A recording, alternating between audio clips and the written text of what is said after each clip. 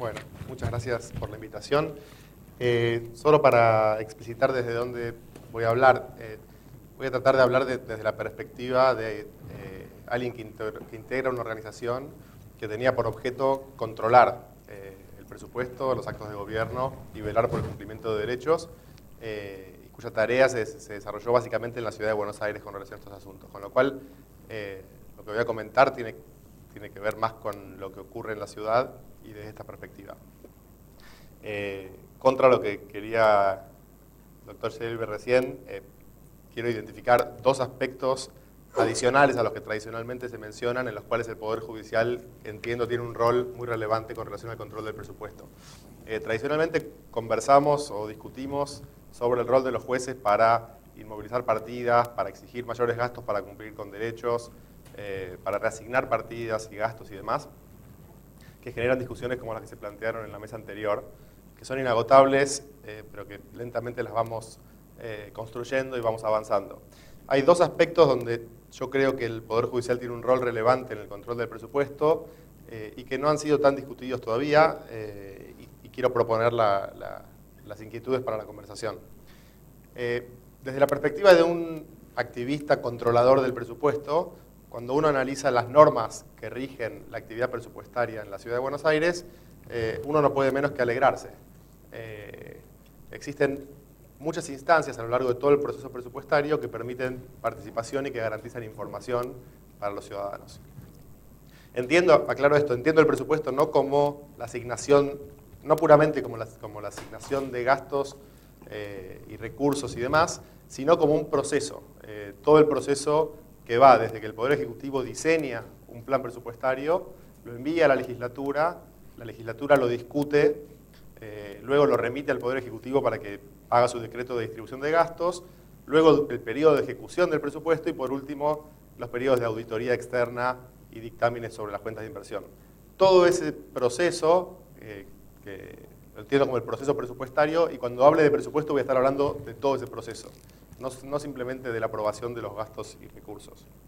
Cuando uno analiza este proceso presupuestario, uno encuentra que la legislación en la Ciudad de Buenos Aires prevé instancias de participación y de información para cada una de esas etapas del proceso presupuestario.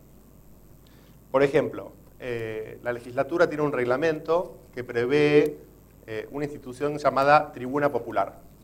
La Tribuna Popular es una institución mediante la cual organizaciones de la sociedad civil o ciudadanos y ciudadanas interesados en la discusión que se tenga en el recinto pueden participar de la sesión, pedir la palabra y antes de que comience la sesión exponer puntos de vista. Esto es algo que se podría utilizar, por ejemplo, en la etapa de discusión presupuestaria. Para el proceso de ejecución del presupuesto, además de la presentación de cuentas trimestrales y demás, hay en la Constitución un artículo que es el 132 que establece la creación de un registro en el cual deben constar todos los actos de contenido patrimonial relevante. Es decir, el contenido patrimonial relevante se define anualmente en la legislatura, ahora es 1 millón de pesos, con lo cual todos los actos de contenido patrimonial relevante deberían estar plasmados en un registro público y de acceso gratuito. Para el proceso post-ejercicio existen la actividad de la auditoría, que dentro de X cantidad de meses, determinado el ejercicio y después de presentar las cuentas de inversión por el Poder Ejecutivo, emite un dictamen en el cual evalúa cómo fue ejecutado el presupuesto. Todas estas instancias son instancias a través de las cuales uno puede participar e informarse de lo que va ocurriendo en el proceso presupuestario y son realmente generosas en términos de participación y de información. Ahora, la Tribuna Popular, que está reglamentada en el reglamento de la legislatura, nunca fue reglamentada, con lo cual no puede utilizarse la institución. El reglamento de la legislatura dice que la Tribuna Popular va a funcionar de acuerdo al reglamento que emita la legislatura para la Tribuna Popular. Ese reglamento nunca fue aprobado por la legislatura, con lo cual cuando uno va a una sesión y dice quiero participar en virtud de la Tribuna Popular, dice no, mire, como todavía no se reglamentó el instituto, no se puede utilizar porque no sabemos cómo funciona. Bueno, entonces uno tiene que resignarse a que el presupuesto se va a discutir sin que uno pueda participar de la discusión pública. Y dice, voy a monitorear entonces el momento de ejecución del gasto. Una de las formas de monitorearlo va a ser, para quien diseña su plan de acción, constatar y controlar el registro de actos patrimoniales de contenido relevante que establece el artículo 132 de la Constitución. Pero ¿qué ocurre? El registro nunca se constituyó. Entonces está previsto constitucionalmente, pero nunca se constituyó, con lo cual no hay en la ciudad tal registro de actos de contenido patrimonial. Con lo cual uno se resigna un poco más y dice, bueno, ya cuando termine el ejercicio voy a ver cómo hicimos las cosas y voy a analizar, por ejemplo, el dictamen de la auditoría sobre las cuentas de inversión. ¿Qué ocurre? Que la auditoría está un poco atrasada con los dictámenes de cuentas de inversión. En este momento el último ejercicio que tiene dictamen de la auditoría es 2008 o 2009, no recuerdo. Con lo cual, si uno quisiera analizar cómo fue ejecutado el presupuesto en el ejercicio anterior y creyera que tiene un buen insumo en el dictamen de la auditoría, como seguramente debería hacerlo, va a encontrar que tiene información 5 años desactualizada, con lo cual probablemente va a poder analizar cómo gastó el dinero un gobierno que ya se fue, lo cual hace que pierda un poco de relevancia en términos de control institucional. Entonces, en términos de diseño normativo institucional, encontramos muy buena reglamentación y diseño institucional con muy mala implementación. Normas que no han sido reglamentadas o que no son implementadas. En otro nivel, que no es normativo sino de prácticas, nos enfrentamos con otro tipo de inconvenientes que son, por ejemplo, que nos enteramos cuándo va a ser discutido el presupuesto en comisión, 3 o 4 horas antes de que ocurra la discusión, que cuando vamos a la discusión de la comisión no hay espacio físico para albergar a todos los interesados, que a la reunión, que al plenario de la discusión no se permite el ingreso, por ejemplo, a organizaciones de la sociedad civil, y muchas otras prácticas que son muy distorsivas de la posibilidad de controlar. Por ejemplo, que los datos se publican en planillas en el sitio del Ministerio de Economía, en planillas que tienen alguna columna cortada, con lo cual uno tiene que hacer un pedido de información para que le envíen la planilla adecuada, o que se publican en determinados formatos que no permiten comparar datos, etcétera, etcétera. Todo esto integra lo que, para esta conversación, denomino el debido proceso presupuestario. Un procedimiento que debería funcionar de determinada manera para que podamos tener capacidad de acceder a información y de controlar, y que está integrado por actos que van desde el momento de elaboración por el Poder Ejecutivo hasta el momento de auditoría post-ejercicio. Entonces, hay una actividad para el Poder Judicial ahí que creo que es vital, que es el control del cumplimiento de este derecho al debido proceso presupuestario. Es decir, para las personas, ciudadanos y ciudadanas que estén interesadas en controlar el presupuesto, van a haber obstáculos insalvables que están dados por este tipo de situaciones que les comento, ante las cuales el Poder Judicial tiene una capacidad de control que es velar por el cumplimiento de todas las previsiones normativas relativas al procedimiento presupuestario. Hay otra dimensión en la que creo que el Poder Judicial tiene un rol importante en el control del presupuesto y que está relacionado más con la dimensión sustantiva de cómo se presenta la información presupuestaria.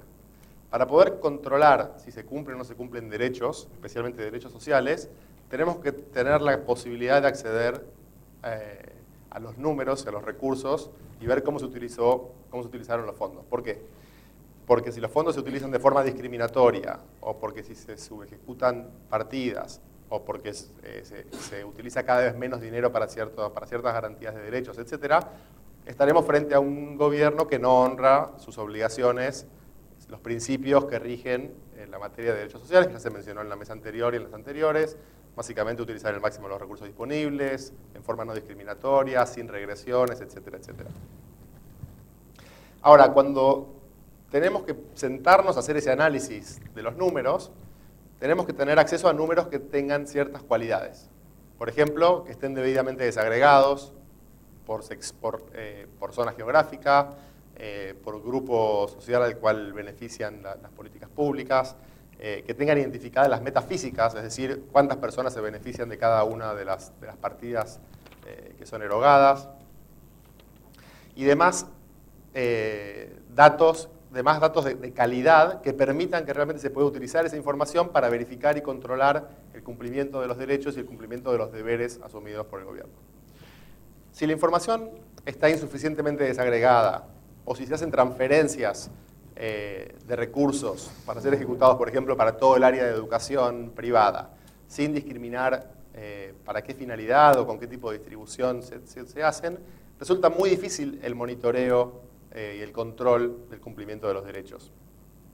Entonces aquí creo que el Poder Judicial tiene otra función importante, que es la construcción de estándares adecuados sobre qué tipo de información presupuestaria satisface los derechos de acceso a la información y de permitir el cumplimiento de derechos. Por supuesto, no es una responsabilidad exclusiva de jueces y juezas, sino también de litigantes que contribuyan a construir esos estándares en un ida y vuelta de discusión con el gobierno, Poder Judicial y litigantes. Y un paso más allá, digamos, este sería, además del control del debido proceso presupuestario, habría un control de la información, de la calidad de información que se prevé o que se ofrece en el presupuesto.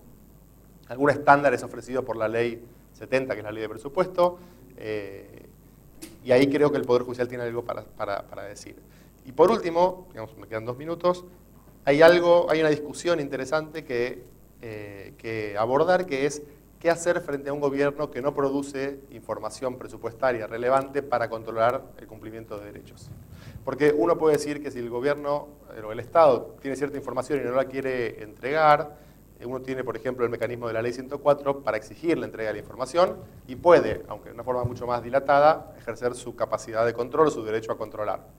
Ahora, si el gobierno o el Estado no produce cierta información, el control resulta imposible, pero resultaría errado en términos de incentivos premiar al Estado que no produce información versus el Estado que sí la produce. Es decir, el Estado que produce información sería pasible de más control y el Estado que no produce información se saldría con la suya si uno no pudiera exigirle que produjera esa información. A su vez, hay una tensión con el problema que generaría la exigencia de producción de información infinita o que los jueces y juezas estén permanentemente diciéndole al Estado qué información tienen que producir. Pero de la mano de la construcción de un estándar de qué información resulta adecuada y necesaria para monitorear el cumplimiento de derechos, viene la discusión de qué pasa si esos estándares no se satisfacen o si no se produce ningún tipo de información. ¿Podemos exigirle al Estado que produzca información? ¿O no podemos y nos tenemos que quedar con esa respuesta de, bueno, esa información simplemente no la produzco? Yo creo que hay muy buenas razones para empujar un poco el límite que conocemos hoy en términos de cuándo es obligatorio y no la producción de información o cuándo se puede obligar o no a producir información, especialmente cuando la información que falta es instrumentalmente fundamental para poder controlar el cumplimiento de derechos o para poder garantizar el cumplimiento de derechos. Y creo que hay una discusión pendiente o que está subdesarrollada todavía, que es hasta dónde podemos dar ese paso o estirar lo que conocemos hoy como acceso a la información hacia una obligación de producir información en ciertos asuntos. Una excelente ley y política de acceso a la información es absolutamente inútil si la información no se produce. Uno puede tener la mejor ley de acceso a la información, pero si el Estado lo que hace, asumamos un Estado malintencionado, que no quiere que nadie sepa lo que está haciendo, dicta una excelente ley de acceso a la información y no produce ninguna información.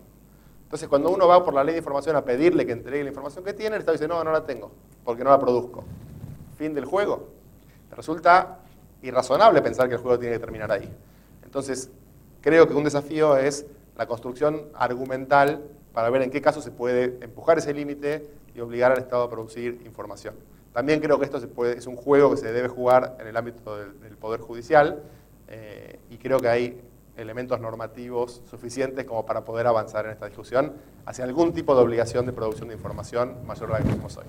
Así que esos son los 2 puntos que quiero hacer.